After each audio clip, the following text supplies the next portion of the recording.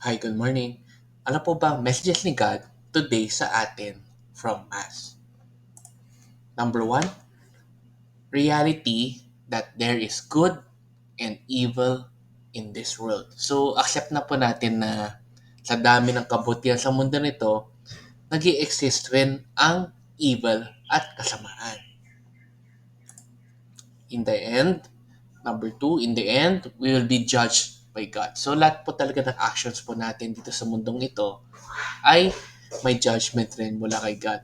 Kaya lagi natin tandaan na kung ano man yung kaya natin pwedeng gawin na kabutihan, gawin po natin. Number three, God's justice will prevail in the end. Whatever we do, there are consequences. Ayan. So talagang dapat mamili tayo sa mga choices po natin sa ating mga buhay at sa trato pa ng ibang tao at sa mga ginagawa pa natin sa pang-araw-araw. And lastly, we need to make choices. Doing nothing to counter evil is siding with evil. Ganun po pala yun. Ganun po pa pala yun. Kapag nakakakita na tayo ng kasamaan na nangyayari po sa mundo or may ginagawa isang tao ng kasamaan, kapag wala tayong ginagawa to counter it o ayusin yun, nasa-side rin na pala tayo sa evil. Kaya tandaan po natin yung mga yun.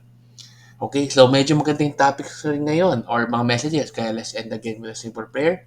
In the name of Father, Son, Holy Spirit, Amen. Lord, sa araw namin buhay, marami kaming choices na ginagawa. Sana po ay magawa po namin kung ano yung tamang choice sa buhay po namin para po maging maayos po yung consequence po nun. I-accept po namin na may evil talaga sa mundong ito at gawin namin yung mga kaya po namin gawin para ma-counter po ang mga yon.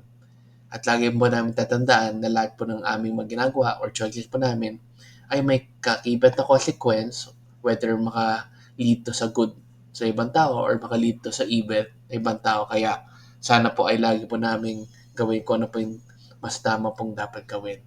Amen. In the name of the Father, and of the Son, and of the Spirit. Amen. So good morning po sa inyo ulit. Have a great day. God bless.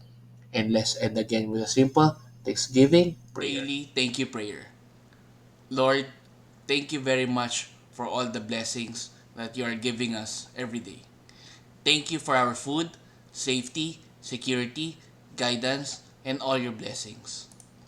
Please avoid us getting sick from all illnesses and forgive us for all our sins. Lord, I pray that all our hopes and dreams will come true in your own time.